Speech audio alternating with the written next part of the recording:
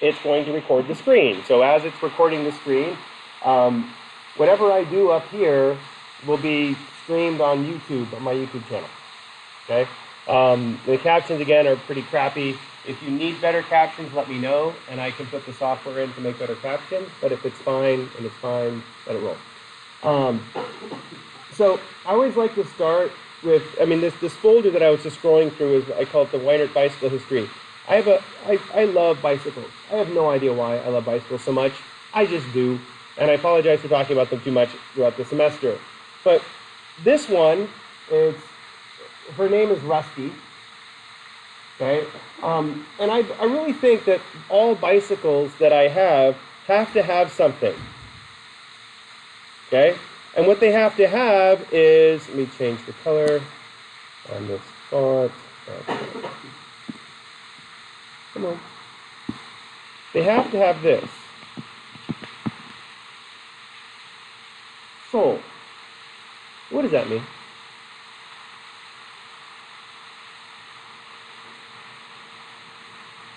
Go ahead. What do you think?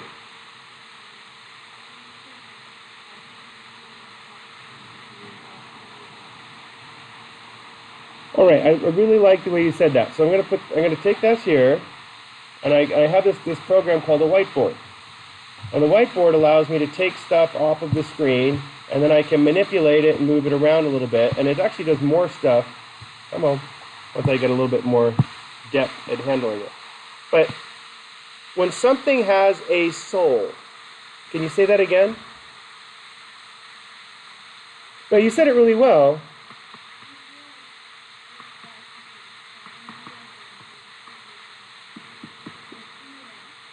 That's exactly, you got it right there. It gives you something. When someone, so,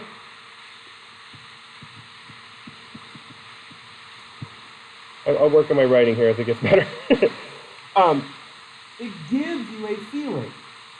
If something doesn't have a soul, doesn't give you some sort of feeling back. And it's kind of interesting. It's like a lot of times when people like rent a car, how come it's just awful? You're going to give it back, and does the car really give you? It's just somewhere to get somewhere. But at the same time, it's like we're having this big debate right now. Anyway, we're having a big debate right now of, do we get rid of the van? I mean, the van was back here. This is what our poor minivan is subjected to a lot. And people say, well, why don't you get an SUV? And I'm like, well, I get 26 miles per gallon on road trips. And I carry all the same crap that my friends do in their truck. We drove all the way from June Lake to here on the same tank of gas. My friend Lisa, with her Sequoia, had to stop for gas twice coming home. I can carry 8 people comfortably. Yes, I am a meme driving my minivan, but at the same time, bless you, I can also do whatever I want in my minivan. The problem is the minivan's getting close to 114,000 miles after this last road trip. But then when you're driving at 80 through the desert, you don't want to be driving an old car. But if it has a soul, it's affectionately called the van. It's not just something you get in and drive, it's the van. You get in and say, good morning, van, and you pet it on the dashboard. Right now, it's got a unique odor because they haven't cleaned it after the road trip. You get in there. What is that? Oh, anyway, but I found a package of salami under the back seat that my son had finished and just jammed under the seat. That was the smell this morning. Yeah, I'll let the dog in there later to find out. Okay, but so when something has a soul, it gives you meaning. It has purpose. Rusty I bought for $30 off of Craigslist.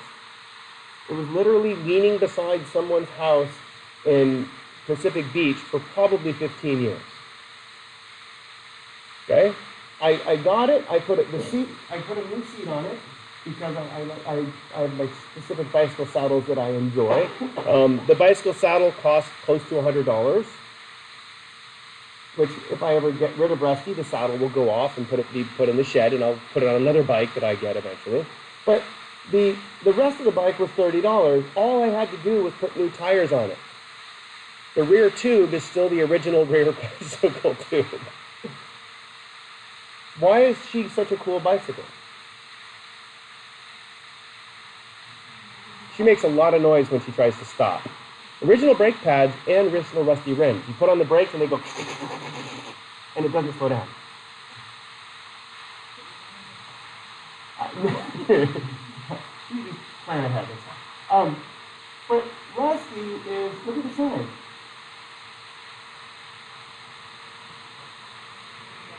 It's what Rusty is. Rusty is, quote, bicycle, unquote. When people see old Rusty bicycle, that's exactly what they expect when you see a bicycle. We use this what we call an exemplar. An exemplar is the ideal observation of a category. Okay? But because Rusty is the ultimate bicycle, it's so much fun. This is when I ride back and forth to 7-Eleven when I have to go to 7-Eleven. I don't go to our 7-Eleven anymore because someone was beaten to death with a wrench outside of our 7-Eleven not too long ago, a couple weeks ago. And so I'm a pretty big guy. I can at least dodge the first hit. But why ride this bike to 7-Eleven? No one steals an old Raleigh 3-speed. They look at it and go, ugh, and walk by it. Going on a road ride. Anybody ride bicycles in here? Yeah, do you ever go on a road ride with a bunch of roadies? Show up on Rusty sometime. It's so much fun. So I'm actually pretty a good cyclist, so I rode about 30 guys around Coronado, and I showed up on Rusty. And they were so pissed because if you ride a road bike, it has to be quiet. And all you hear is, and it's beautiful. Here's me, everybody, and I'm pedaling along with them, and they couldn't ride fast enough to get away from me because I'm pretty strong. They were so irritated at me by the end of the day. There's no carbon fiber on here at all. Ferrous oxide, but anyway.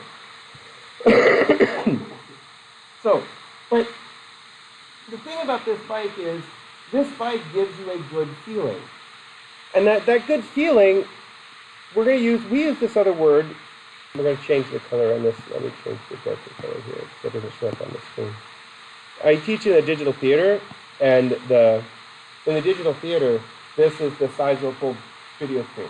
I mean, a full movie theater screen. It's really kind of cool. I wonder if we can sneak in there. Okay, but we talk about this called mind. So if something has a soul, does that thing have a soul, or do you give it a soul? Whoa, so you're saying you don't have souls?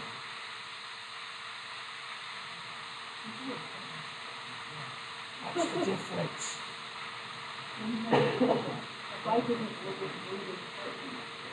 How do you know?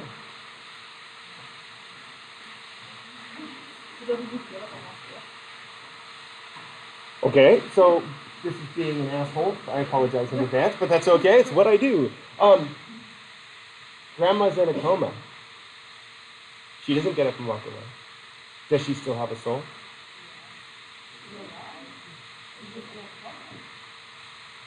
Where's coma versus brain dead? So in psychology, when we talk about things like this, there is no line. There is no absolute. There's no like alive and dead. There's somewhere in between. And what we are talking about is that when we talk about this idea of mind, which we'll explain here in just a few minutes and give you some more details on, but your mind itself is a concept that we have. It's something that we generate. And what I love talking about this idea of soul. I had this big discussion with some random person on the ski lift about things with soul. My skis that I ski with are, I don't know how old they are, like 15, 20 years old, maybe. I bought them for $35. And he goes, why don't you get some new skis? I'm like, these work great. And I don't do downhill skiing, I do telemark skiing. So telemark, you drop your knee and you try like, you go, and you like, and I see with one giant ski pole, like they did in the 1800s, and you drop, and then people are like, what are you doing? I'm like, having a fun time. Am I as fast as anybody else? Hell no, I don't go fast. When you go fast, you hurt yourself. Ask my son. He's hurt. Why? I like going fast. Yeah. Why are your ribs hurt? I don't know. Anyway, so for me, what's important is that I like to do things that have meaning, that have purpose. You assume that your grandmother has meaning and purpose because she's your grandmother. You have this entire history of self. You have this genetic relationship, which is really important. Because do you care as much about person in bed 2 as you do about grandma in bed 1? Probably not as much. You care for this as a person, but the history, the memories, what give that person their meaning. Your perspective gives that person their meaning. When you see someone who looks at you and they just kind of stare through you, what does that feel like?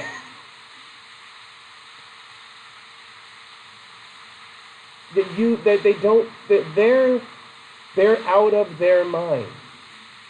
When someone is staring at you but they're not focusing on your facial expressions, they're not mirroring their facial expressions, we use the term crazy or out of mind.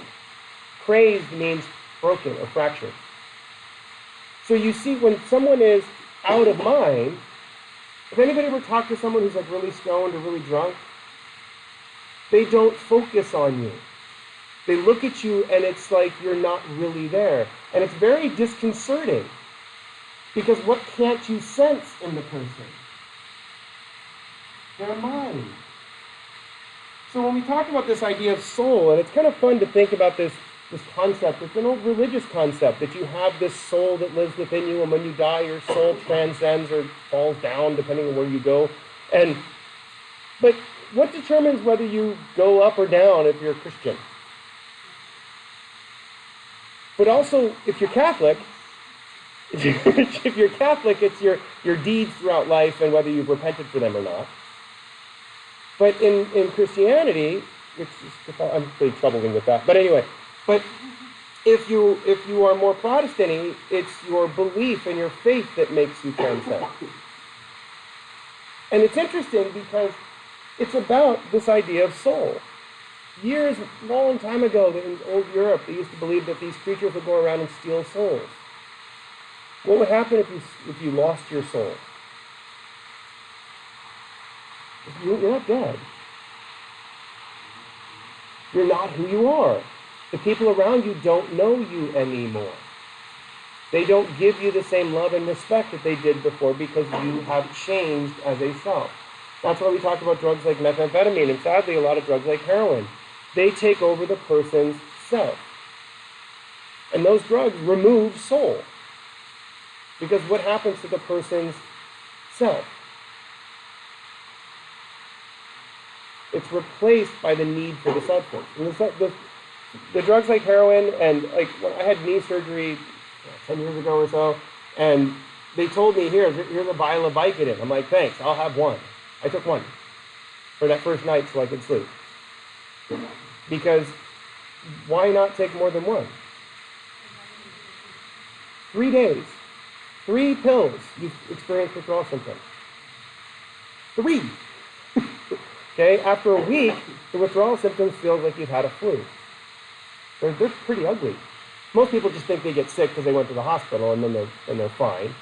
But 3 days, you can experience withdrawal symptoms. So it's important, like when I had my eyeballs lasered, I took one. Because someone's stabbing my eyeballs with a laser. I really have a hard time with that. Now, the biggest reason is that when your eyeballs hurt, what is your natural response to do? Rub your eyes. You can't do that, because then it peels the flap off. And they run around in small circles huddled in a ball. Okay. But the idea is that if you have to take those things, they're very dangerous because they do change self. They're necessary, though. they're not bad substances. Well, that's not pretty much no good comes out of it, unless you're using dexedrine to study. You're adding up, as the young kids used to call it. Is a dexedrine a methamphetamine? It is methamphetamine. The difference is grinding up and storing it versus taking it as prescribed. OxyContin, heroin, same, depending on how you use it. Moving on. So we'll talk more about that later when we talk about the brain. But so this idea of mind. Do you have a mind?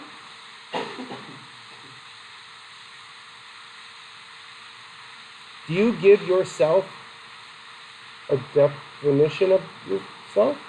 Do you give yourself that feeling that you exist? Wow, that's heavy there. You have this thing in your brain called mirror neurons. When you look in the mirror or look at a picture of yourself, your brain goes, that's me. They're right here. Okay? And so when you see yourself, your brain goes, that's me. Does anybody ever have one of those, like something really scary happen, and then you feel like you're standing beside yourself watching it happen? That's called a dissociative event. Or something really bad happens and you kind of just blank out for a while when you come back. That's called a dissociative event. That's this part of the brain going, oh no, this is bad, this is not me. When we were driving up, it took forever for us to get to Mammoth on the way up because we got stuck in that big snowstorm the day after Christmas. It took us 5.5 hours sitting on the 15 before they let us go up and turn around. I peed on the freeway. I was very proud of myself. Okay, so my wife peed in the cup, and then I poured it on the freeway. So my son just cameled up. He just like, nope, gonna go. Okay, but the idea of understanding this concept of mind, giving yourself perspective, giving yourself meaning. So how on earth can we scientifically study this?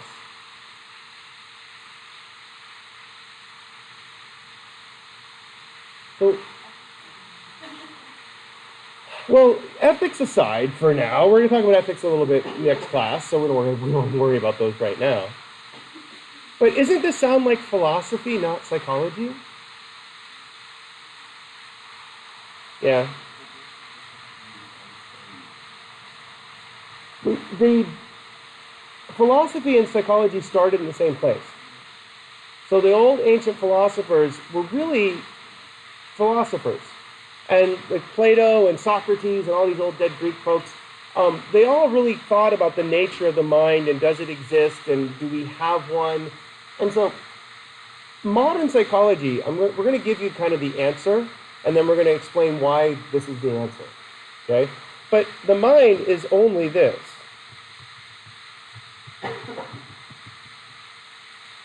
The mind is perspective. So just because I have a pretty good vocabulary, when I saw Agape's name, why did I smile? Because I know what it means. And it's not just a pretty sounding name. There's a really nice background behind that name. And so for me, hearing it, it gives me a lot more meaning and purpose than someone else who hears it and goes, oh, Agape. Okay?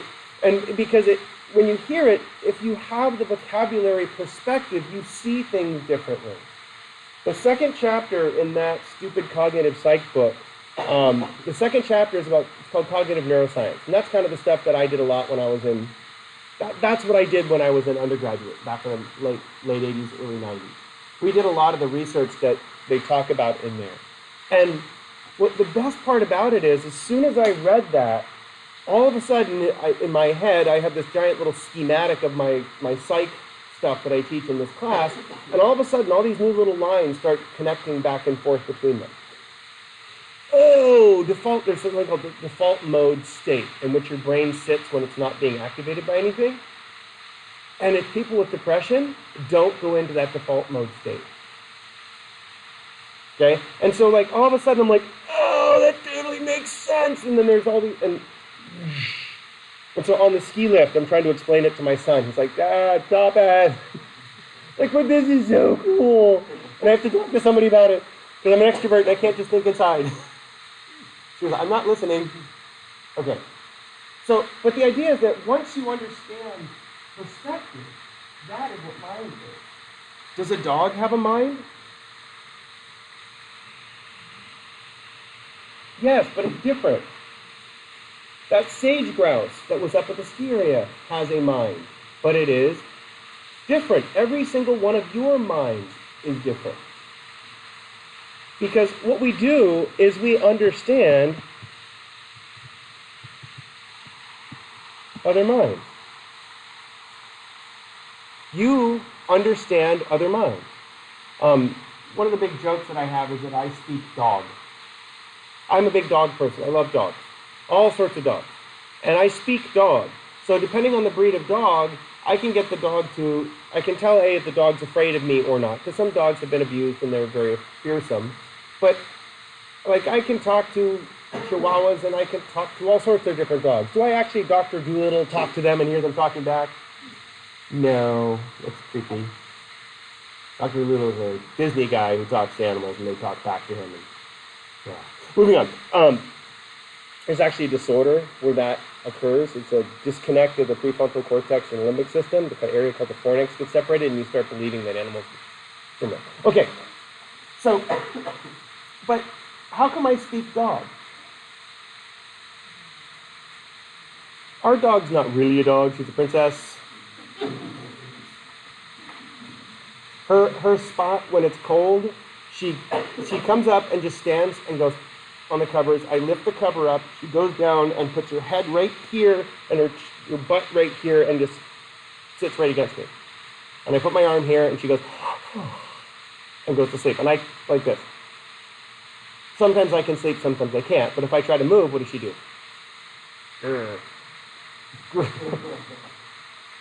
So I just lay awake and pet the dog. Cozy. Especially we have like a denim comforter, it's like really heavy, and she's like wedged under there, and it's like, whoo! Eventually she gets out, sits on my feet, so I can't roll over. But do I speak dog? I know what she means. I know when she has to go to the bathroom because I pay attention. We watched the dog show last night. Have you watched this Mr. Dog Show? Come on, get inside, people. Don't go out. So, damn Pekingese won. Stupid dog. Okay. The golden should have won. The golden was the best. And the damn poodle came in second. Nobody? Yeah. Okay. But if you've studied dog behavior enough, can you predict what a dog's going to do? Yeah, very easily. And there's really no surprises in dog behavior because a lot of dog behavior is genetic. Our black lab that we had, who you will see next week, we recorded her doing a bunch of stupid dog things. And is my recording of my lab almost 20 years ago the same as the way a lab would behave right now if we brought one in? Yeah, because labs have been bred to behave a certain way. Their minds are very predictable. Our Bichon thing that we have, she's a mutt, but she's mostly Bichon. She acts just like any other Bichon. If anybody has a Maltese poo in here, those are really cute. Our neighbors have a Shih Tzu, Shih Tzu poodle mix. It's a Shih Rain. They call it it's a Pomeranian Shih Tzu mix.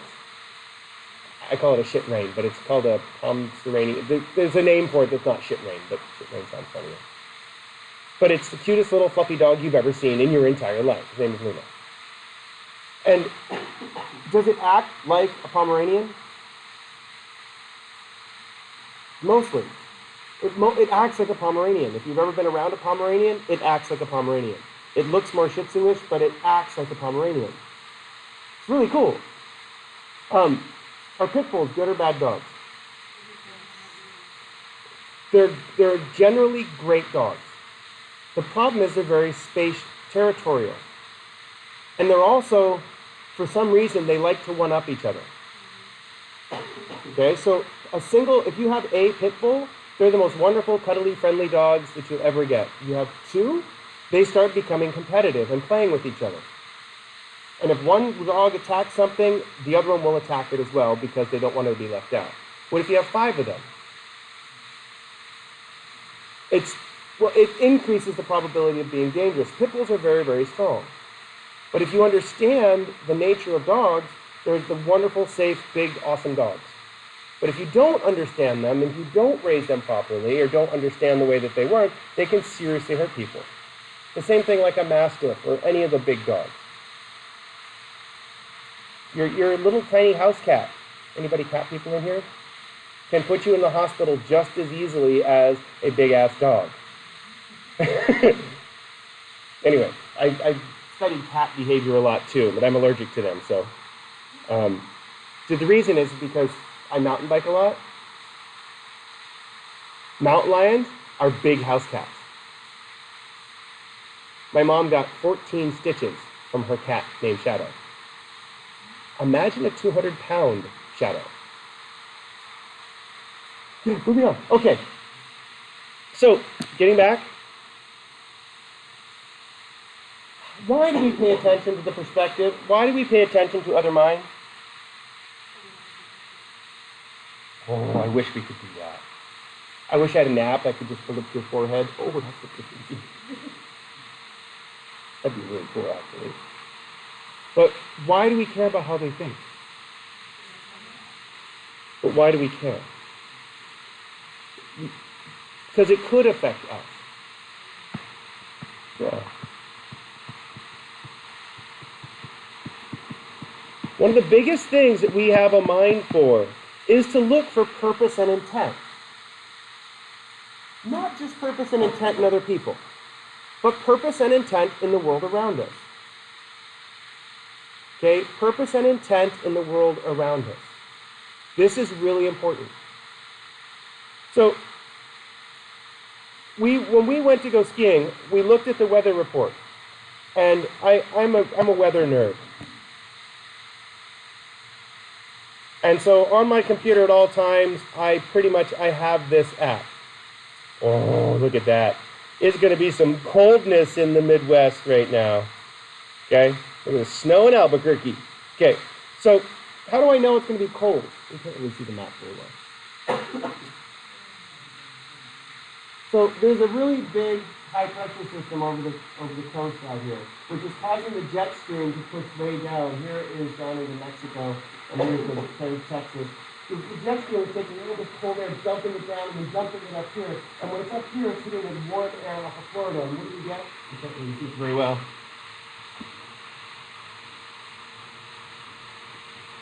That's where the cold and warm air are mixing. And the more that those mix, what happened a couple weeks ago, there was major tornadoes where the cold and warm air were running into each other. Looks like we're going to have nice weather for a couple more days until, if this storm, it's kind of a pansy-ash storm. Let's look over to Japan. We got nothing. We got no major storms for the next couple of days. We should be good for about a week or so before we get any more rain. I can leave my bicycles outside for a couple of days. But so I know what's going to happen with the weather because I understand purpose and intent when I look at weather maps. We've been doing this for years. But how come we got stuck in a massive snowstorm?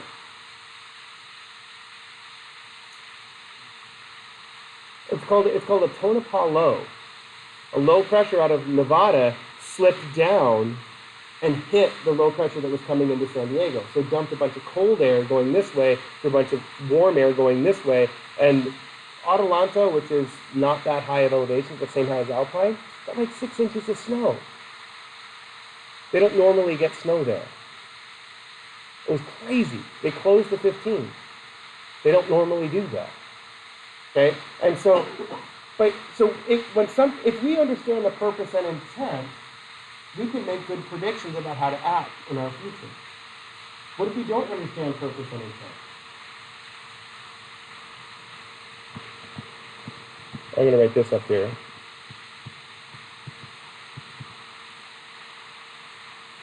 Cause and effect and purpose and intent are the same thing. Purpose and intent are people's behaviors. Cause and effect are things in the world. Same thing. So the reason why we try to get to know other minds is so we can predict how other people are going to act. With the reason we get to know other minds is so we can see perspective from other people. What does it mean when someone is closed-minded?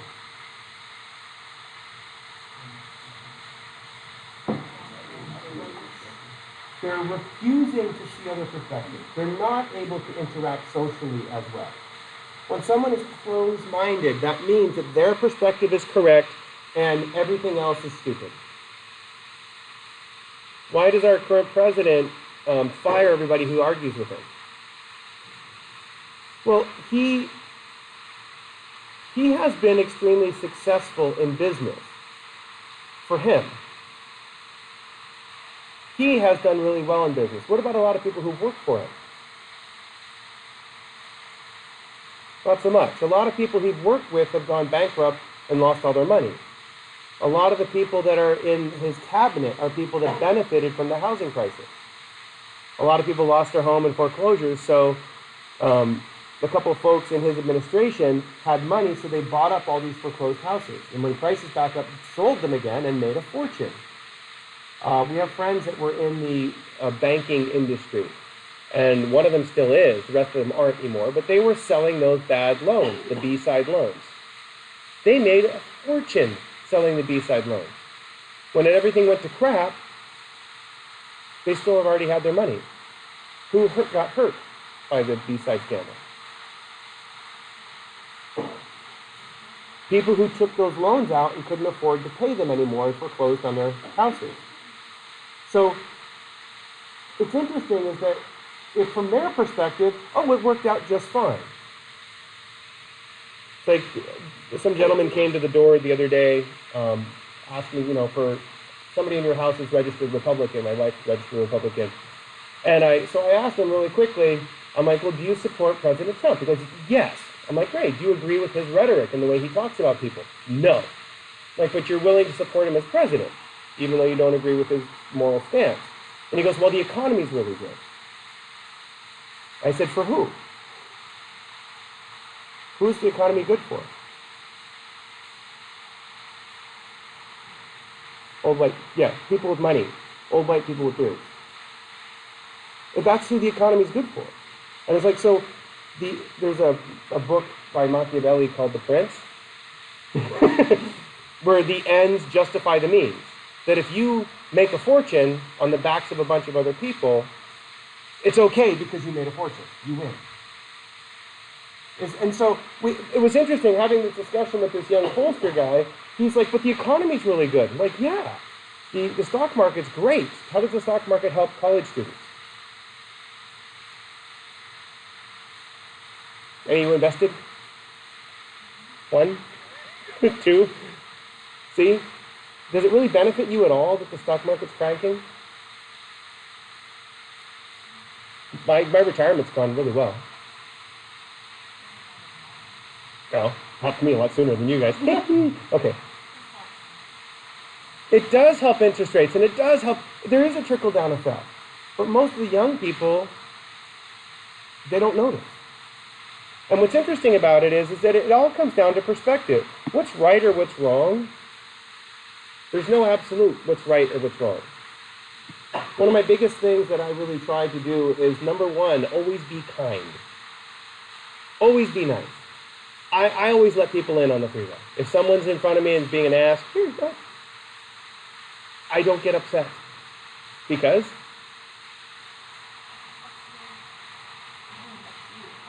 yeah, if I'm a half a minute later, I'm okay. I don't need to win. I got the van. It shimmies over 80. You should get that looked at. Or should I keep going? Anyway, which is usually what I do. I try to drive to save the planet, so I drive 65 to 70. My wife just so faster. She has a Murano, and we drove it to June Lake. We went up without the kids. Oh, that was fun. What are we doing? Nothing. Oh. No one's yelling. No one's on their iPad. It was amazing. Anyway, but Murano up to 110 in the desert, no problem. The van over 70?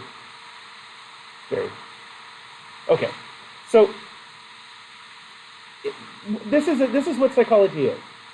Psychology is the study of purpose and intent, the study of cause and effect, the analysis of other minds. And why do this?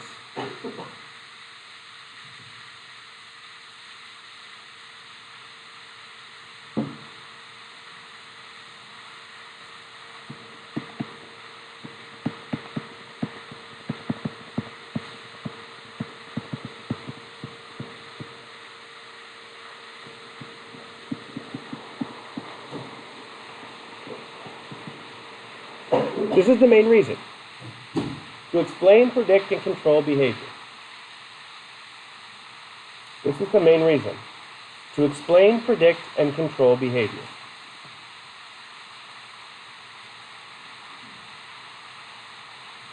Wait, does that sound dangerous? Can somebody think of a more positive word for control? It's a little more bad. Steer gets a little more dangerous because then I start thinking propaganda. Yeah. But all those ads, and that's actually, there's a big faction of psychology that goes into marketing. And it's actually really cool when you analyze advertisements and how that they are, whether they're good or bad. We'll talk about this a little bit later. But ads that really work really do change your behavior and really start to change how you think. Again, there's some sinister to me. I'm going to write one that doesn't sound sinister.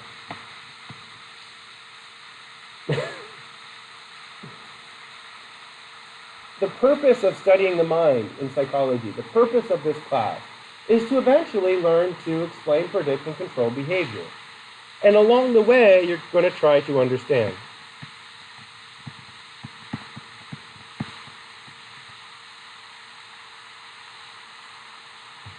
This is why I say I speak dog. The reason I say I speak dog is because I know what a dog is going to do. I've only been bitten twice, and they're both by my neighbor's teacup chihuahua named Princess. And the reason Princess is this big, actually Princess passed away last year, but they got an little Italian greyhound now, named Zero. It looks just like the dog from Nightmare Before. It is Zero, and Zero is such a cool little dog. When he gets excited, you've never seen anything move that fast in your entire life. I swear it like banked off the walls once. Anyway, Zero has not bitten me. Princess would come up to me without me noticing and bite me on the arch of the top of my foot and then run away. On 3 legs. And one leg would just be curled up and then run up to it. Chihuahua. She hasn't brain damage, I think. Anyway, but if I understand the mind of a dog, can I explain, predict, and try to control their behavior very quickly? It took 6 weeks, 6 months, sorry, to get our dog to stop peeing in the house. When we got her, she was a rescue, and she was not well cared for before we got her. There's a couple pictures of her when we first got her. She does not look like the same little fluffy dog that you saw earlier. She was all matted and mangy and missing fur and very, very skinny. She didn't poop for the first week that we had her. She was really stressed and traumatized. But did we get her to not use the house as a bathroom? Months later, because we had to undo all the baggage that she had before we could train the new behaviors in. And she still occasionally, when it's really cold and raining outside, she looks at the back door, it's raining, and just peels her by the back door. So her old behaviors are still there. That's why we keep that right by the back door, whatever. Okay, but if I can explain and predict it, can I help her not pee in the house? Does she want to pee in the house? No. I can tell because she always looks guilty when she does it. She's afraid of getting punished. when she does it. That's when a dog looks guilty. They're afraid of getting punished. We don't punish her. I don't think she'd be punished a day in her life because that's not the way you train a dog. You don't punish a dog to train it. You reward it to train it. And the dog will do whatever you want if you reward it. Always all positive, no negative. Okay, but does that work for people though, sadly? No, because humans are way more complicated than a dog, sadly. It would be so much easier to raise my daughter if it weren't, it would be just like raising, like, okay, come home from school, here's a little treat, good girl. But she has things like volleyball and drama and Sandro dating somebody that doesn't like my Sandro's friend like this doesn't like so-and-so and Josh is involved in. How can we try to understand and control behavior when there's too much in ourselves?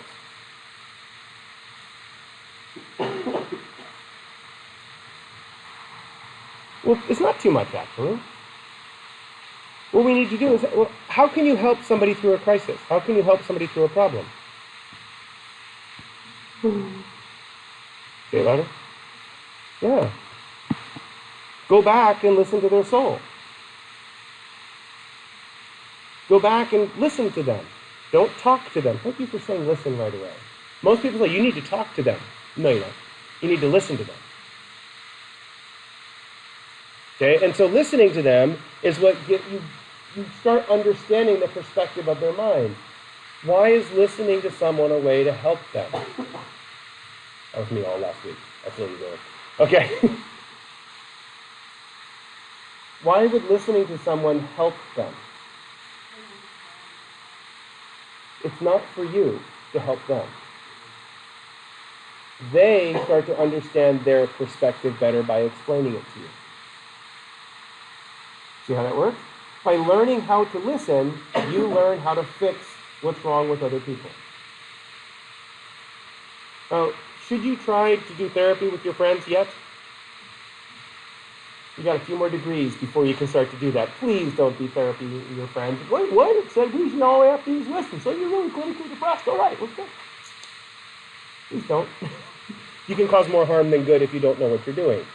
You need a lot of letters after your name before you become a licensed psychologist. But you can be a good social support person. Social support person, if someone comes to you with a problem, listen. Because their perspective is causing their problem. All right, so we'll get back to there. Okay? It's coming back on me now, Don. Come on. Actually, one of my goals in life was to get beard sickles. And so I was snowboarding, and I got a big turn, and snow was in my face.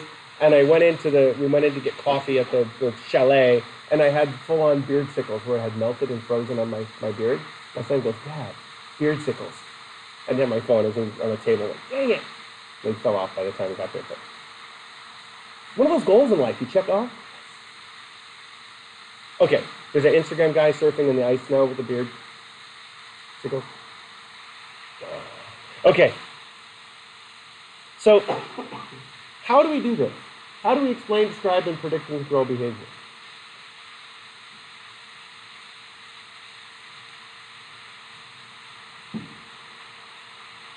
Come on. Yay! You're like me! I love stats! But how do we do statistics? I love stats. That's my favorite course to teach.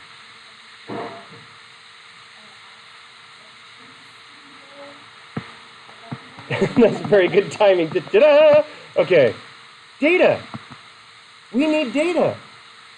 In order to do statistics, you need data. So this is all. Is there any data of the mind, by the way? Okay, so give me a number that represents your perspective. Go. Philosophy. But if we wanted to explain, predict, and try to control behavior, we need data. We need something. Well, I have my brain scanner. Is that data? it's a tool to collect data. It doesn't create data. Making data, it gets you fired. Don't make data. Well, I'll just move this column over here and it's fine. Look, we found significant results. A gentleman in Korea was claiming they cloned dogs. Did he? No. He just made up the data, made up all the people who worked in his lab, rented this huge space, had this big cafeteria, no one in the lab. Ordered all sorts of food and threw it away so that no one knew. Yes, that's true. He was well published. All this great research until someone tried to replicate some of his experiments. They didn't work at all. They tried to ask him, hey, can you help us? We can't get this to work at all. And they finally went and visited and realized it was a giant empty warehouse. And he's sitting there with his computer making up data. Science. Okay, that's not how we do it, though. We don't make up data. Quit it. Okay. Okay, so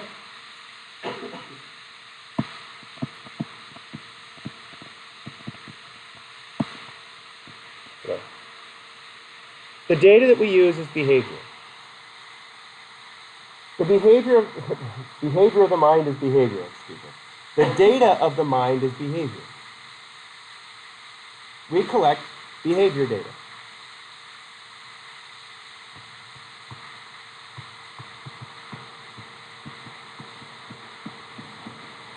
Behaviors and mental processes. Just for full disclosure, whenever I pause, I'm going through and naming people so I can practice in my head. Just saying. Okay.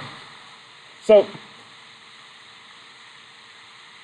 is me naming you in my head a behavior or a mental process?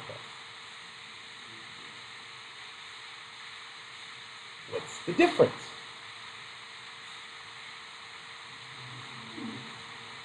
So, you got it? Behavior is physical.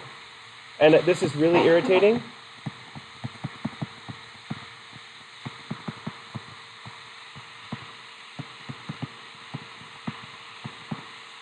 A behavior to be defined is articulation of limbs. I forgot there's an asterisk, sorry.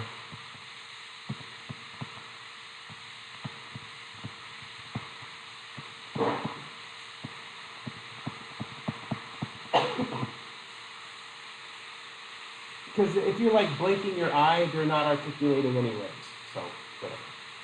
Okay? But articulation of limbs or movement of muscles is a behavior. So your facial expressions, are those behaviors? Yes. If I can measure, that's one of the things that the brain scanner actually does really well, especially my other one. It measures facial expressions. And so if the person's watching a video and we have the brain scanner on them, it's got all these electrodes around their face, and if they smile, the brain says they're smiling. If they frown, the brain says they're frowning. There's things called microexpressions, where if you see something that's disgusting, but you're really not caring that much, your face goes, ooh, in a tenth of a second, and then stops making the disgust face. Do you ever notice that you made the disgust face? Like, I'll be watching as we go through the class. Some of you are going to be very sensitive as far as facial expressions. Some of you can't hide your facial expressions. And it's always fun to me. So like if I talk about something that's really gross, I like one student will go, and you see their face getting all grossed out. Other people can go, eh. Like, like the reason I got sick is my son got sick. And I generally am pretty good about getting sick. And I realized I was brushing my teeth, and I looked down, his toothbrush. And he'd been sick all week. I'm like, you're shitting me now. And then on Christmas Day, the back of the throat, pressure, not even feeling sick, that little bit of something. Not right? Thanks. But again, articulation of limbs, movement of muscles, that's a behavior. So what's a mental process then? Yeah, your thought. I'm going to write this word up here. We use the word cognitions. Your cognitions are your thoughts. So when you have these mental processes, your thoughts, that's your cognition. What about, how am I remembering your names?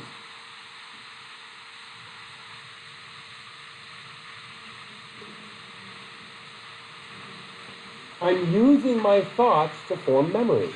So one of the other things that are really important with mental processes are your memories. Or for me, one of my biggest problems is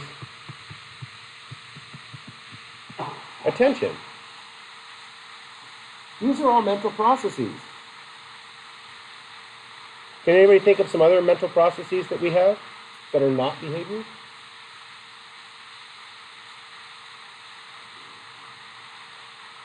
Yeah, so I don't want to write math up here, but I'm going to, because we have the ability to do things, to solve problems in our heads without actually trying them. So like, we stopped at the gas station at June Lake, which is right at the top of the hill, and the gas there is ridiculously expensive. It's like, I don't know, $5.50 a gallon or something crazy, because it's the only gas station within like 300 miles, so they charge a bucket for it. So anyway, so we're up there. It was $4.75 a gallon. Okay, so we were up there, and I was good. We put about $20 of gas in the car so we could make it down to Bishop, where it's, you know, whatever normal gas prices are, like $3.30 something a gallon. And so I was going to put $20, so I start pumping the gas, and this guy is trying to put chains on this big, really pretty BMW, and he can't figure it out. And so I go, hey, Jenna, my wife, just finish, put $20 in, and then I'll go help the guy with the chains. So we try to get the chains didn't fit his tires. The tires were like this wide in the back of the BMW X5. They're just giant tires, and the chains are like, there's no way these chains are fitting in that car. And those low-profile road tires work great in the snow on a rear-wheel drive car with 500 horsepower. Good luck with that, buddy. But anyway, so I turn around, and my wife is topping off the tank. $85 later, we have a full tank of gas. So I didn't know which one to choose, so I chose mid-grade, the more expensive. So, can we solve problems? Can I put the gas back? I'm still driving on that tank of gas, by the way. I'm going to use every single drop of that gas before I buy new gas. Not going to mix it with anything else, because it's expensive gas. I have 86 miles left. I can make it till Saturday. Okay. How do I know that? Logic. Problem solving. There's things called concepts. Categories. Racism, stereotypes. Sorry, same thing. They all come from this idea of these mental processes. But what's the only thing that we can really measure? Behavior. This is the data that we need to study. So this is a big problem. Most of psychology is over here. In things we can't measure. That's why we don't get to hang out with chemistry and biology, the other cool sciences. So, how? Well, if I had one. So we can. So it's not that it's impossible, but no, so I got to be a part of it. I'm a part of a study called the SAGE study. What the SAGE study is every year I fill out a 200-question survey about aging and all sorts of things. I've been doing it since I've been in my mid-20s. And they periodically will ask me to do random things. Like two summers ago, they asked me, will you send us a stool sample? Yeah, like, no. Actually, I probably would have, but I forgot. We were cleaning this weekend, and we found the little packet that I'm supposed to send back to them. I hadn't filled it with poo yet. It's okay. But we threw it away, because I don't think they want to get poo in the mail like a couple years after they ask for it. Well, maybe they do. Who knows? But one of the things, I got to stick my head in an fMRI machine. fMRI machines are really nifty, and I'll show you some pictures of in a little bit, in like 2 classes from now. But what they do is they put radioactive oxygen. Oh, that's a PET scan. Sorry. They measure the electrical activity as you're getting an MRI. And these things called voxels, little tiny cubes of representation of brain area, they measure the amount of electrical activity in each one of these little tiny cubes in your brain. When they started, the cubes were about this big. Now they're down to microns across on how accurate the fMRIs are. Really neat stuff. However, $10,000 an hour to use one. But by the time you all get to my age, I guarantee they'll have ones like this little cap that you can put on, because this little cap measures electrical activity of the brain. And when you can see what just this stupid little thing can do compared to what the fMRIs used to do, 20 or 30 years ago when I was in college, this is just as technology advanced as what they were using 20 years ago. And when you see what it can do, it's really, quote, mind-blowing, unquote, because it really starts to change your perspective on how the brain works. It's really kind of cool. So we did a bunch of experiments.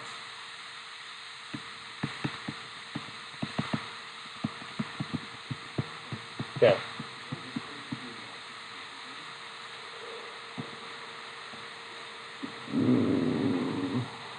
I think logic is a form of reasoning. So I think that reasoning would be a big category, logic is a small category of. Does that make sense? So yeah, there's the whole chapter in the cognitive book is called problem solving, and there's a million different ways to solve problems. You can solve problems thousands and thousands of different ways. Some people use reasoning, where they think each possibility through and then choose a behavior based on their thoughts. I have a pretty good memory, and so I use my memory a lot to solve problems. Past experiences, yeah. Like I have a bicycle that I need to put together, and it's a frame, a bicycle frame that I got off of Craigslist a couple months ago, almost a year ago now. It's a slow project. That it's a really small handcrafted company in Arizona that made these really cool bikes for about 2 or 3 years, and then they went out of business. And then they got bought by this big company that started making their bikes again, but they're crap now. They were really cool when they were handmade. Now they're just crap. Same guys working there, same geometry, same thing, no soul. Previous had soul. I've ridden new ones, and the old one that I had a long time ago was epic. So I found this old frame, gonna put it, cost $100, not exactly like expensive bike, but I'm gonna put it together. And I've never put, this particular bike together, but do I know how to do it? Yeah, it's not gonna, I'm building a couple wheels for it, and I've built wheels in the past, and I've never built these particular wheels, but can I use my previous knowledge to build the new wheels? Yeah, it'll take me about an hour to lace up the new hub and put the new rims on, and it's not hard. But to learn how to do it, it took months and months to learn how to build wheels properly. But once I figured it out, now, what's happened to my behavior? How do you know that I can build a bicycle wheel? Yeah. Well, I can do that when you guys take your first test. I can bring in the parts and sit with a little table up here, and I can put it together before you guys finish the test. That'd be a fun stuff. Okay. I want to be available to answer questions if you need help. But I mean, I could get it working, with a pile of parts, and then have it ready to ride before you guys finish the test. And so how do I know that I can do it? Time. It's not because I've done it before, but you measure the time it took me to build it. Fluency, efficiency. How do I measure whether my students are getting frustrated or not on the video games?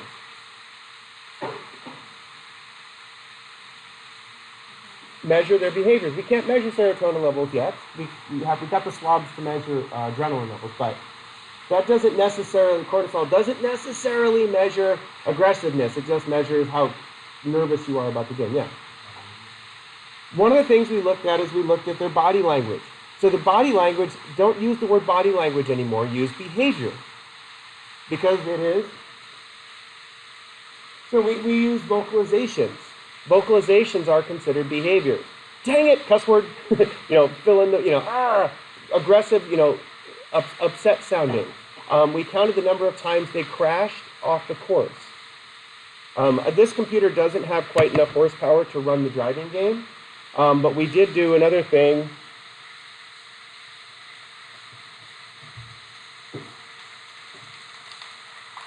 Okay, so we have Fortnite on here. And so we can get students playing the new updates. My son abandoned Fortnite now after the new updates. But this, by having students play on the Xbox or on this while recording their brain behavior. It's not exactly articulation of limbs and movement of muscles, but we can see the brain activating in different parts. We don't call it behavior, because it isn't really behavior by definition, but it is brain activity. Because it's not a movement of muscles, but it's a precursor of movement of muscles. Okay, so it's all behavior that we're measuring. Why do we need to do experiments though? But why an experiment? Why not just watch people?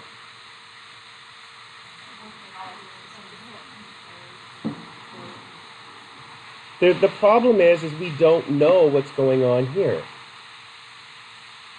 Like, you could be sitting there and looking irritated or upset. It could be the fact that you have to go to the bathroom. It could be the fact that I said something that offended you. It could be the fact that you just got a text from someone you don't like telling you something you didn't want to know.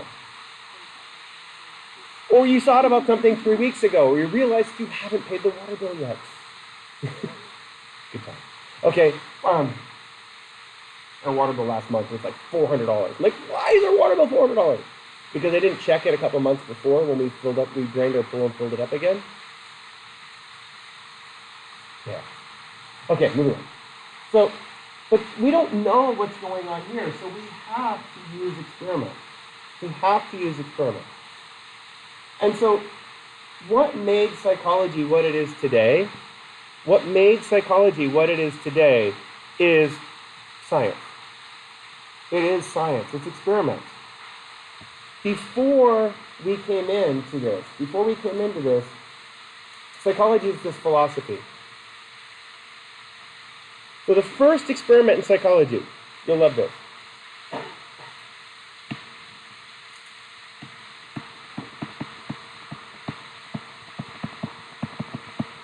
Or experiments in psychophysics.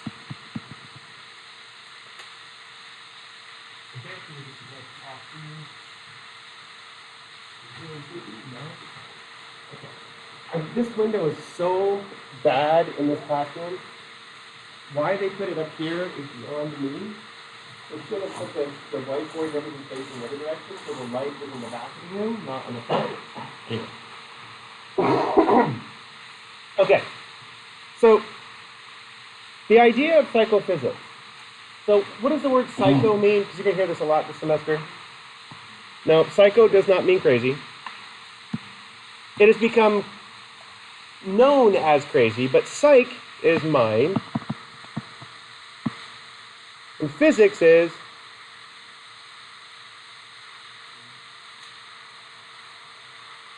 oh, come on, physics. Yeah. Yeah.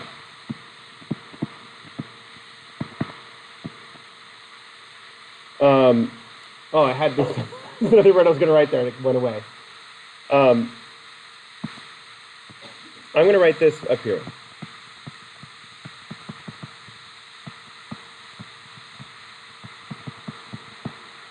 Sensation and perception. Okay? So, when we talk about psychophysics, we have to talk about the idea of what is moving in our mind. Psychophysics was done in the 1800s when really brain science was head injury research. In the 1800s, has anybody ever seen a factory from the 1800s? Put this up here real quick.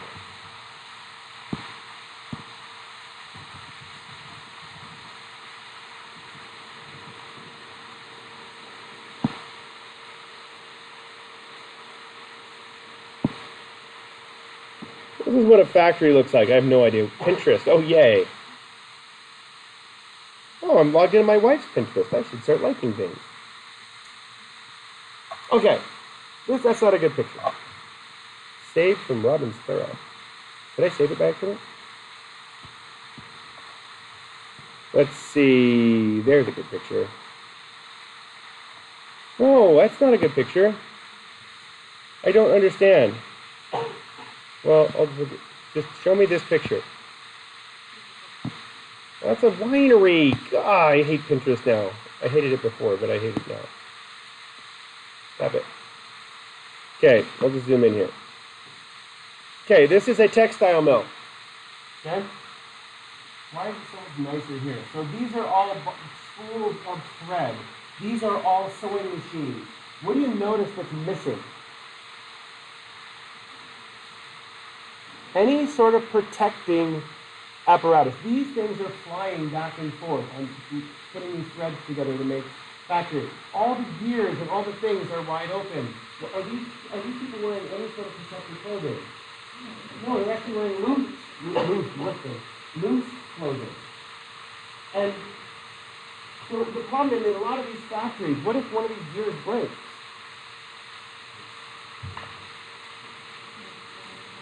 Things go flying everywhere. They were either powered by steam, which is what goes through this big pipe, or powered by, go back, there's a couple other pictures on usually come up on here, powered by belts. There's a sewing. And so that's a nice sewing machine. They're building something. Come on, I usually can find a good picture on here. There's a good one. So what you see this right here?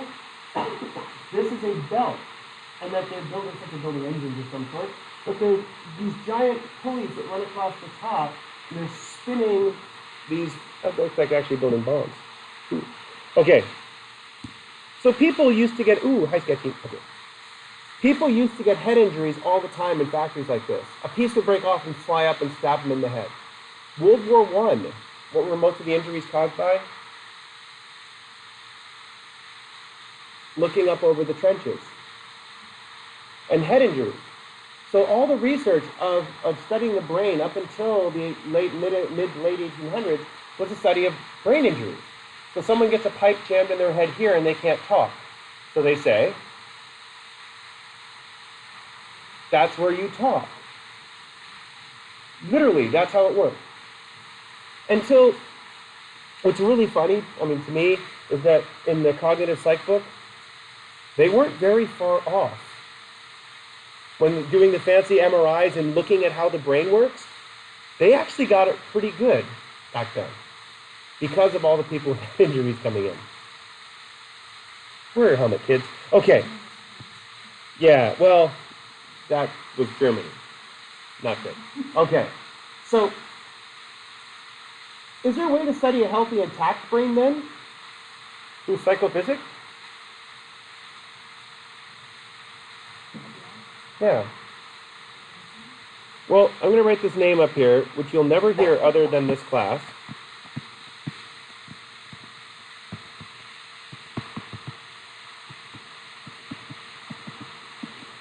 A guy by the name of Donders. I can't even remember his first name. Probably Ed. They're all named Ed back then. But Donders did a series of experiments on how long it takes you to think. He was the first person to measure scientifically a mental process. And it's super easy. He had students play video games. Well, they didn't have video games, but video games.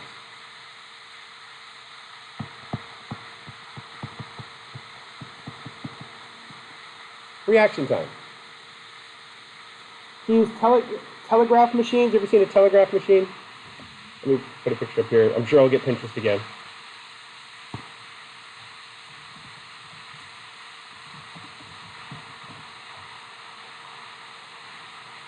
He's an old-fashioned telegraph machine. Looks just like this.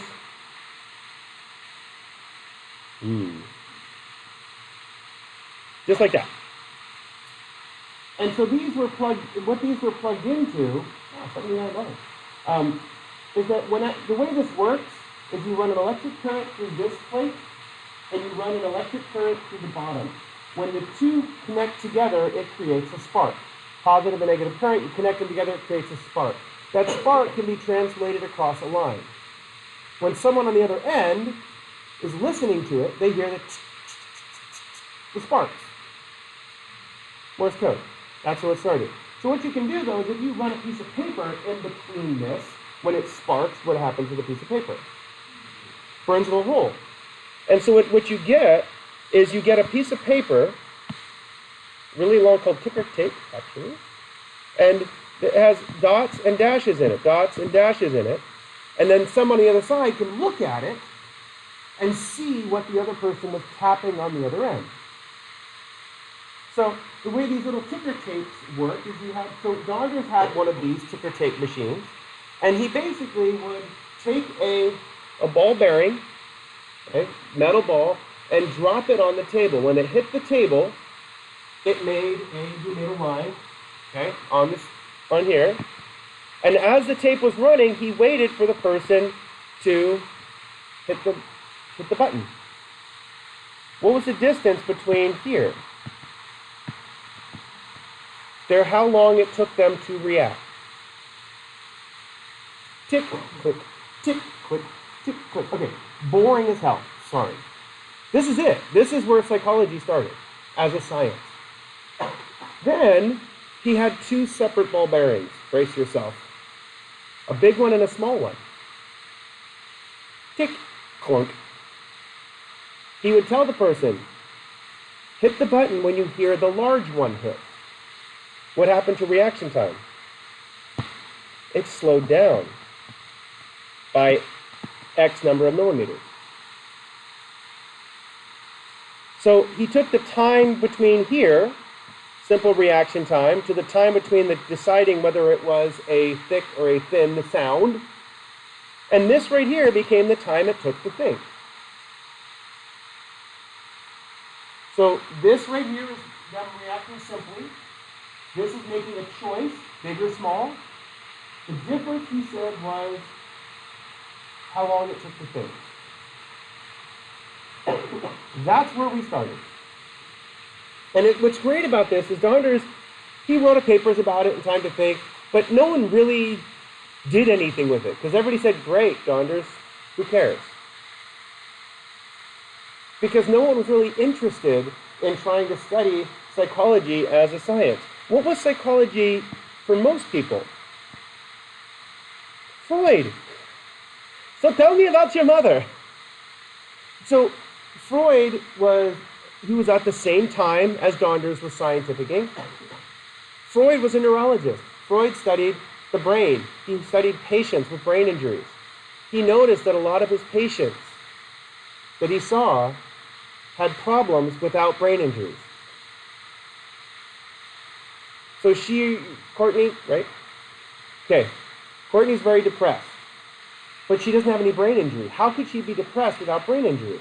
So Freud, as a neurologist, doctor, is talking to Courtney and realizes, oh, Courtney's husband is really angry at her all the time. And that her relationship with her own dad was very bad, and that's why she's very scared of her husband. And so by unpacking that childhood anger of her dad and repacking it together and manifesting with the anger toward her husband, all of a sudden she starts feeling better and getting along with her husband better. Where's the science in that? No brain trauma, just talking yuck. And sadly, therapy came long before Donders. And this really cool guy who I like to use better than Freud, guy by the name of Mesmer. Wait, I used to have one in here. I used to have a pocket watch in here. I don't know what happened here. Oh. So he basically take a shiny pocket watch and flash it back and forth across your eyes, have you stare at the pocket watch and hypnotize people. Back in the 1600s and 1700s, I can't remember exactly what it was, a long time ago, he would become mesmerized. He would hypnotize people at a stage show. And people go and say, oh, well, don't let Mesmer steal your soul. What percentage of people are likely to be hypnotized? About a third of you can be hypnotized. A third of you. So have anybody been to a hypnotist show here? How do they start?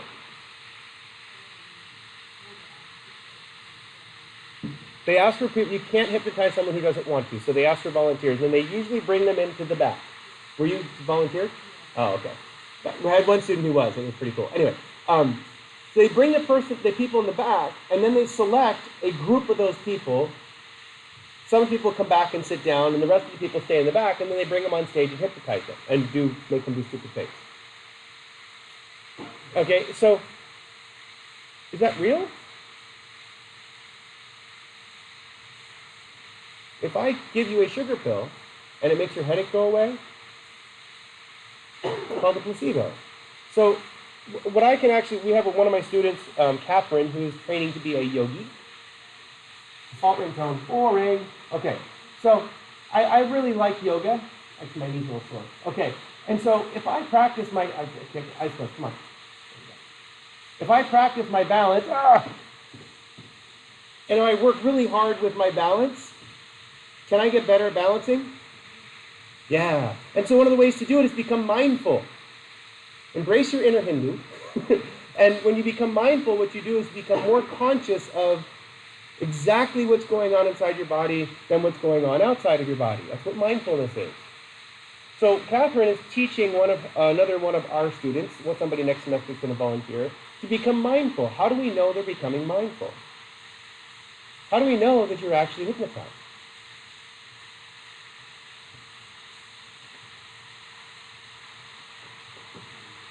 I can see it in your brain. I can also see when you're falling asleep. And if you're named Arthur, I can totally tell you were stoned before you came to class and put the headstand on. If your name isn't Arthur, please don't. But Arthur happened to have done so. He got stoned in his car before he walked up to school. By the way, it's not a good way to retain a lot from your college classes. Saying after school, fine. Before school, bad. Plus it's 9 o'clock in the morning. Like, seriously, you have a problem. Moving on. But Arthur was stoned. I could see it on the brain scanner when we put the machine up. Because his brain produced a very specific behavior. If I hypnotize somebody, which I don't do because I don't know how to, but I can see if you're hypnotized or not by watching your brain. If you're sleepy, I can put this up and watch you fall asleep in class. And I can watch you, I don't have to look at you to watch you fall asleep. I can watch the brain scanner and know what's happening to make you fall asleep. So even though Mesmer was kind of a kook, did he really figure out psychology just as good as Donders and just as good as Freud? Yeah, he figured this out. And the reason why we have to talk about this now is because we're almost done for the day. But I want to show you where this came from. Because there's two basic schools of psychology we're going to be talking about all semester. There's two basic schools of psychology we're going to talk about all semester. And it's really important to have the foundation so you recognize them better now. Okay, Donders is on the school of structuralism.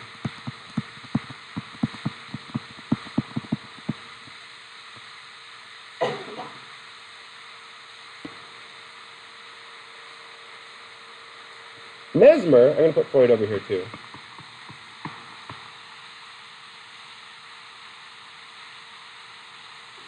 That's it. Freud is functionalism.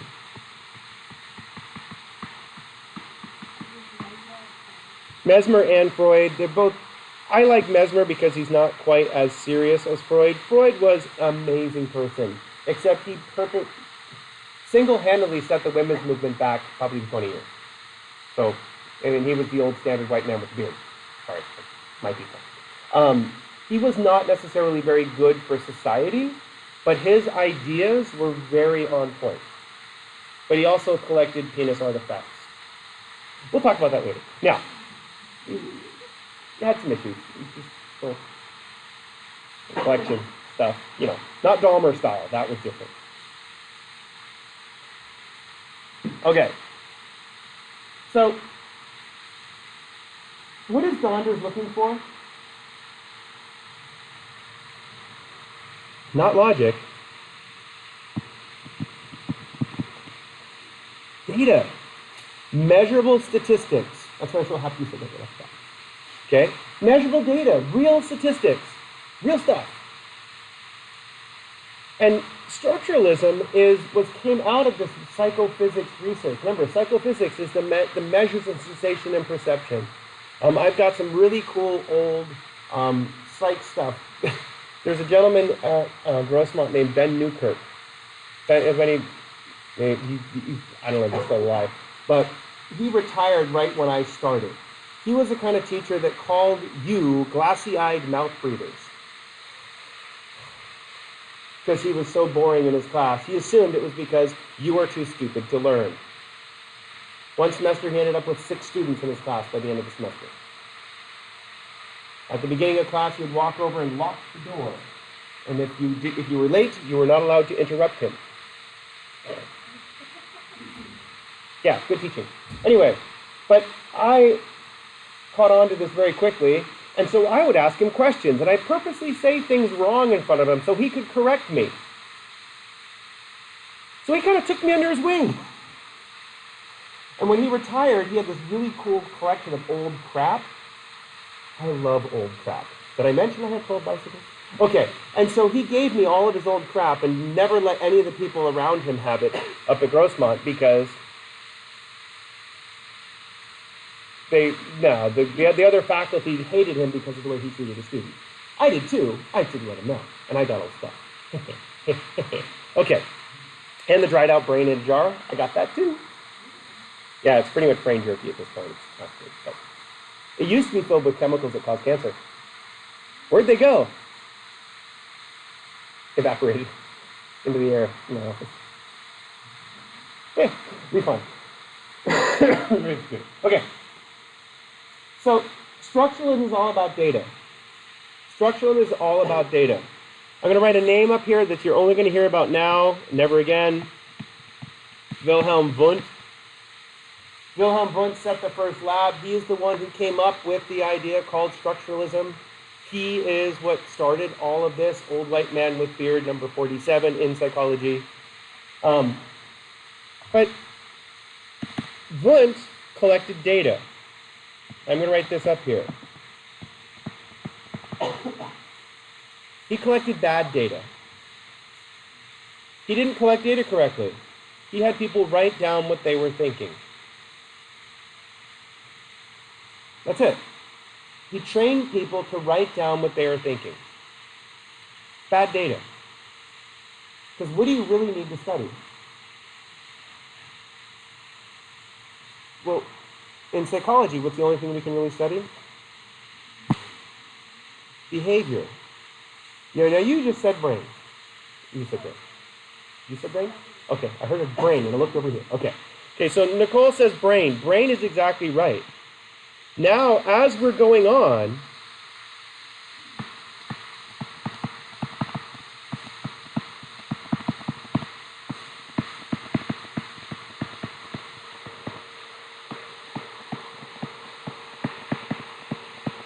there are these two fields that are still the structural areas of sight, that are still looking for this magical thing that Donders look for, the time to think.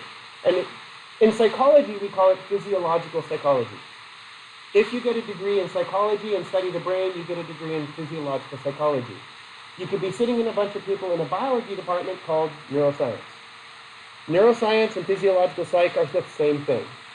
The difference is that the physiological psychologists are more focused on how does this make the person themselves? How does this affect the mind? What is the neuroscientist interested in? How the brain works. Biologists don't necessarily care about the big things. The biologists care about the tiny little details. The ecologists care about the big things. It's like a geologist cares about the rocks. A geographer cares about the terrain. Don't get those two confused. They get really pissed when you call one the other. My buddy got his degree in geography. Why would you get a degree in geography? He helps manage where the buses go in Boston now. Can you imagine a worse job? Planning bus routes in a city that's almost impossible to drive in? It's amazing. Anyway, as a geography major, he's rocking. Get it, rocking. So, dad humor. Can't get enough of it. I just call it jokes now, though. Okay, so there's a whole bunch of names that I could list under physio-psych and neuroscience, but they keep going.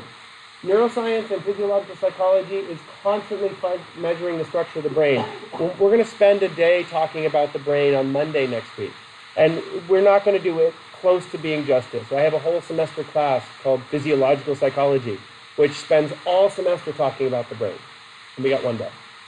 But I've taken a course called neurobiology, which is how a neuron works. One neuron works all semester. It was awesome. and it's the more details you get, it really doesn't help you understand it any better. It's still just smoke and mirrors and magic, I think. But it's so fascinating how these little cells in our brain create everything around them. Anyway, so that's all great. But what's the rest? Where's the rest of psychology? Functionalist. So we write behavior here.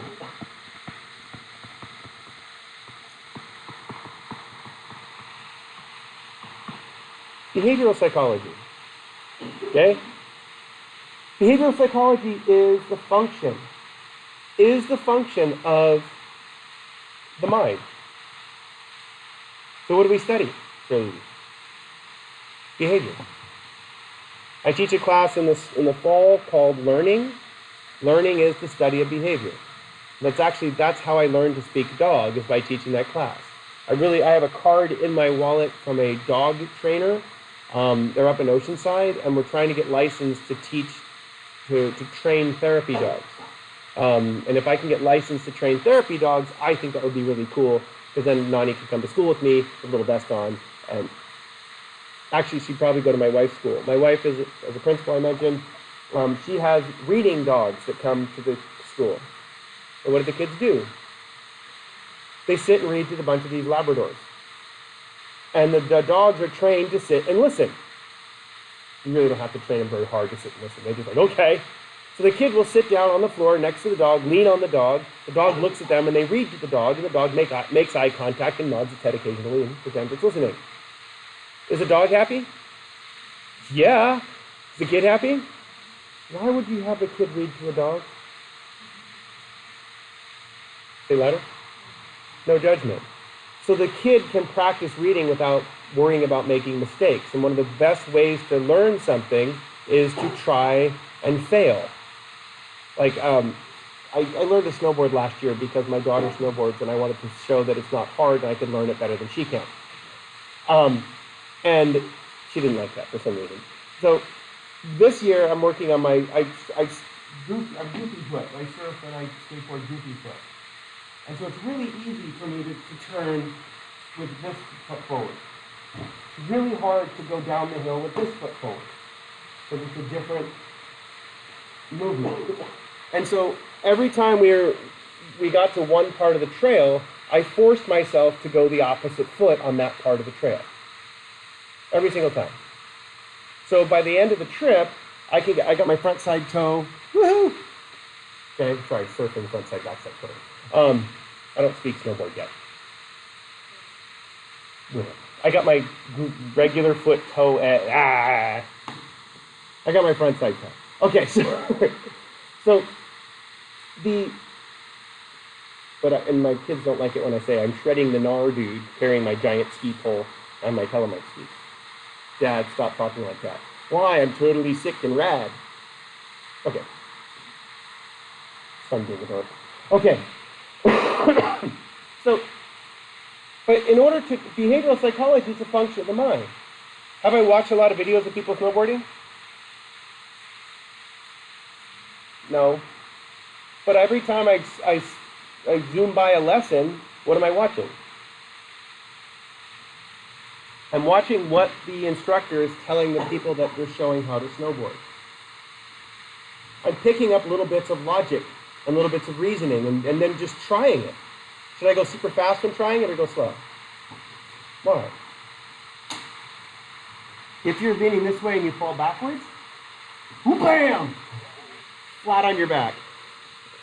And snowboard doesn't come off your feet when you crash.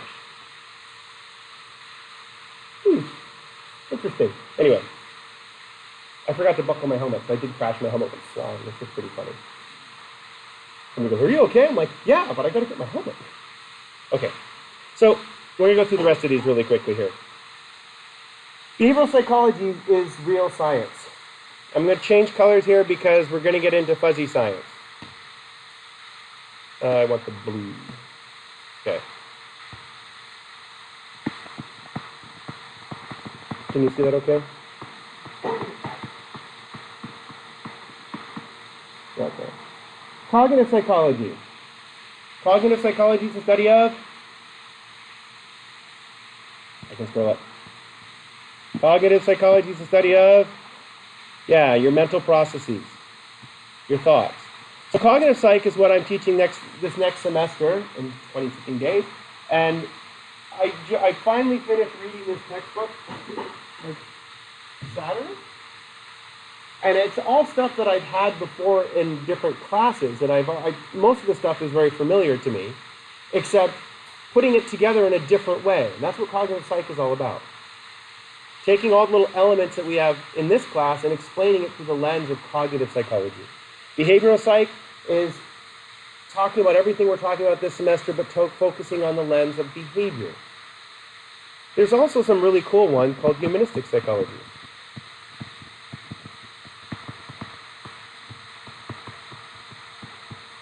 I'm going to stop writing psychology every time. But humanistic psychology is the study of this thing, crazy, called the self. Well, you can't see the red. Can I change color? Yes, I can. Oh, that's cool. Okay, it's this notion of the self. The red looks really cool in the digital theory.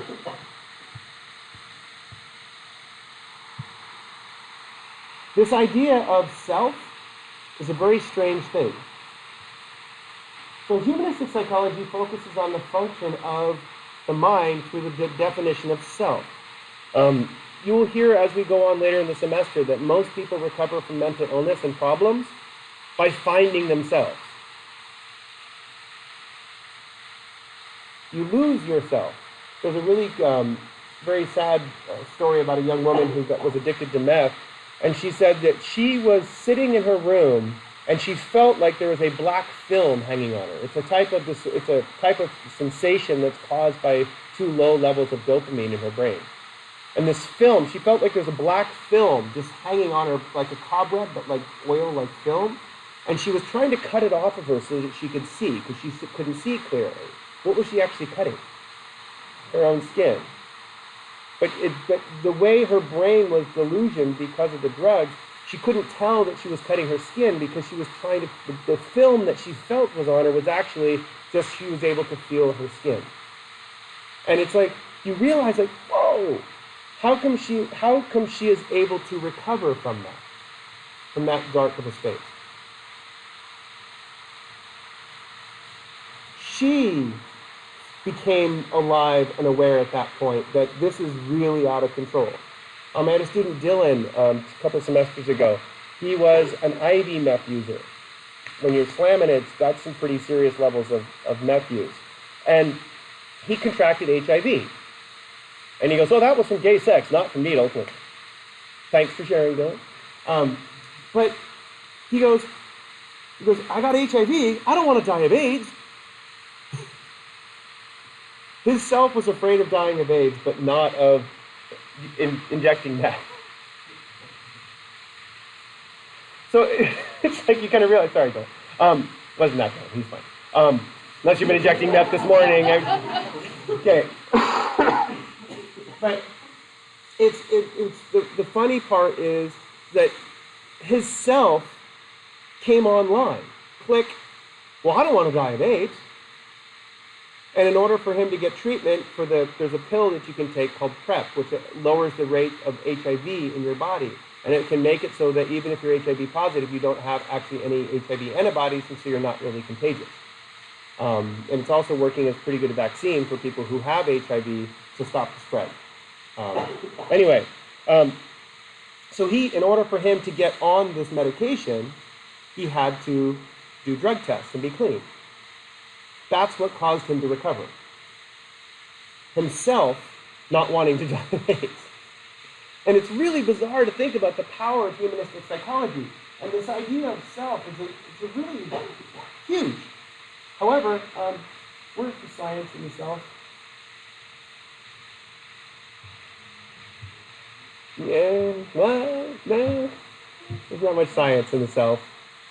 It's almost as bad as Freud. Oh, sorry, get rid of the thread. Let's see. Let's make it this fine.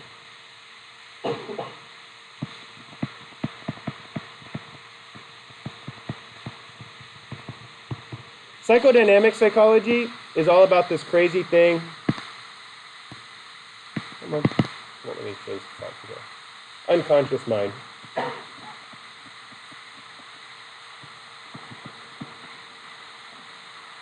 Psychoanalysis, yeah.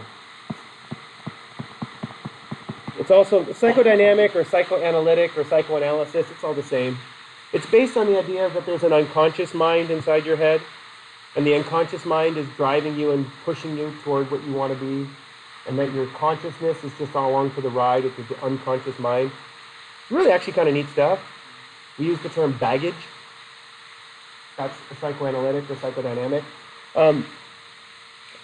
Science, how do we do with unconscious?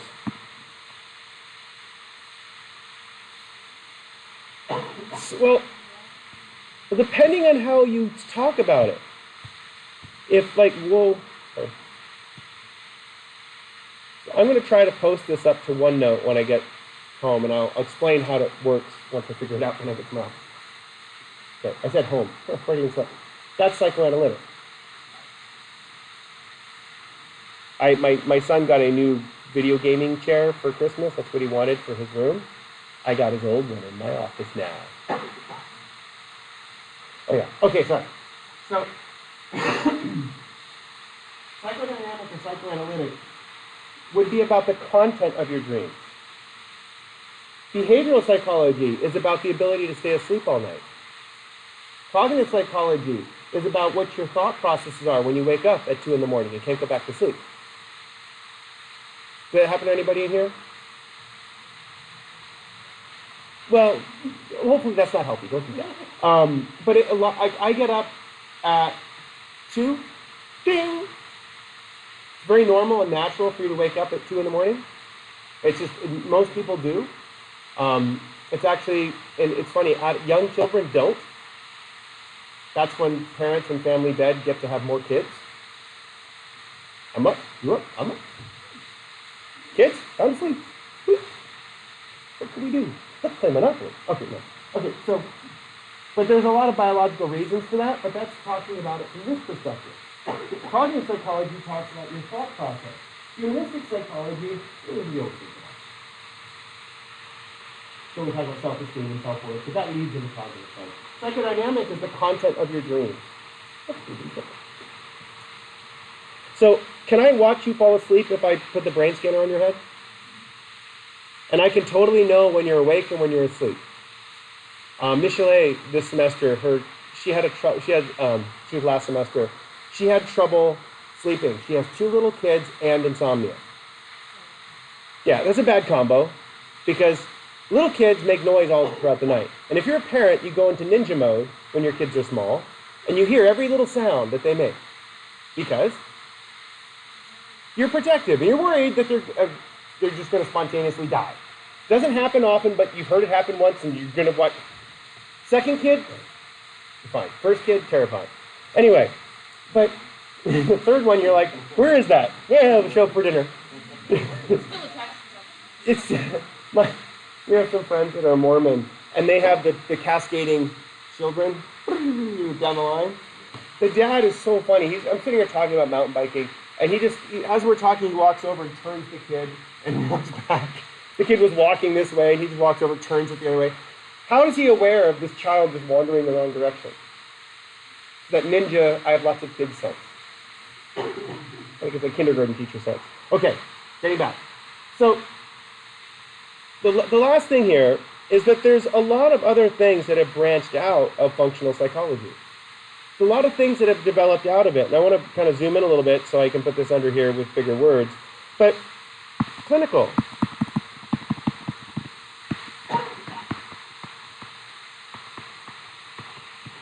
What is clinical psych? It's therapy. Clinical psych is a function of psychology. Clinical psychology, if most people who go into psychology become psychologists or clinical therapists, you need lots of letters after your name. You don't just become a therapist. It takes a lot of time and a practice, because can you cause more harm than good if you don't know what you're doing? Yes, like parenting. Yeah. Anyway, but with clinical psychology, you use all of it. There's also psychiatry. I'm going to write over here.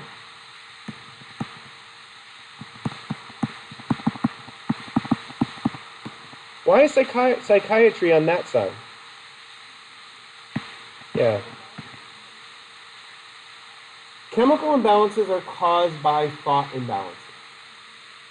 So, but chemical imbalances can cause thought imbalances. So how do you fix one or the other?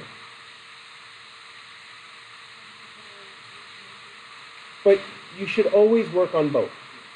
Always work on both. This is something that, if you have lots of anxiety and you take medicine to sleep, and my wife as a principal has tremendous amounts of anxiety, but she doesn't want to take medicine to sleep because it's addictive and habit forming, and you develop tolerance to it pretty quickly. And it's not a good thing. My dad died from alcoholism, and he drank too much because he was too stressed all the time. But he probably suffered from bipolar disorder, not from clinical depression. And he refused to take medicine because I'm not crazy, and he refused to go to AA because I'm not like them. Where was the problem? Him. He was the problem. And so that's one of the things that a psychiatrist would try to prescribe him medicine, a clinical psychologist would try to talk about his childhood, but you should always, if you're ever taking any medicines for any psychiatric reason, you should 100% be going to a therapist. I have a wonderful TA a couple years ago who was very depressed, and she was like, they want me to see a psychiatrist to get on medicine. I'm like, go, because I don't want to take medicine. I'm like, why? Because what does the medicine give you the ability to do? Well, if you have a fever, why is it important to take a Tylenol or an ibuprofen? It reduces not the symptoms, it reduces the fever. When your fever goes down, your immune system works better. When your fever is high, your immune system doesn't work as well. You're not just trying to feel better, you're using it so your body can get better. That's holistic, we call health psychology, which I'm really a big fan of. But the reason I wanted to end with these two, and there's a bunch more that we'll put up next time, but this is where the control becomes from. This is where we said the purpose of psychology is to try to control behavior. These guys are doctors because they're structuralists. They see you as a stew of chemicals in your brain. My sister, my wife's sister technically, we call her Aunt Robin, but Robin is a psychiatrist. She works at Kaiser. She might be one of your psychiatrists. Okay, and what does she do all day? Manages medicine. She's actually very good at what she does. I hate the fact she's never taken a psychology class. But why is she really good at what she does?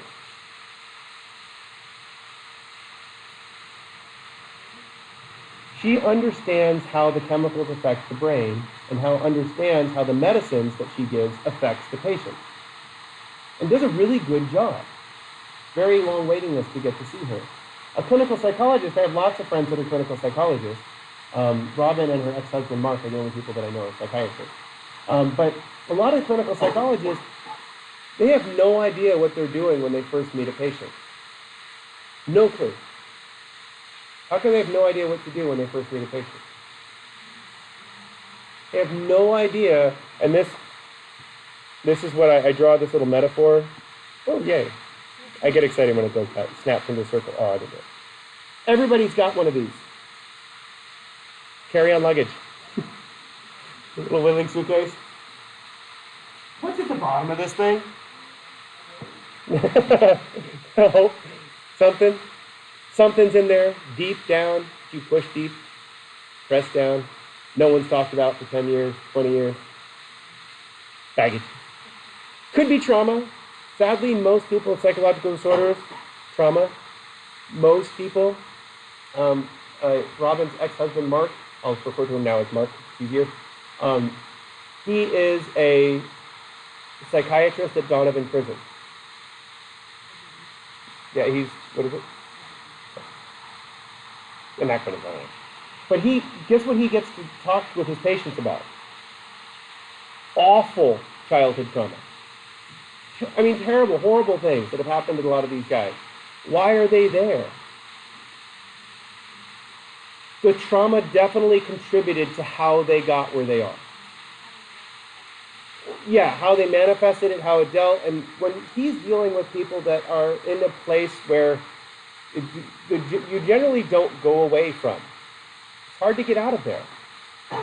And so he's working, trying to understand, but as a psychiatrist, he's managing medicine so that these folks can be as healthy as possible in the current situation that they are. Anyway, so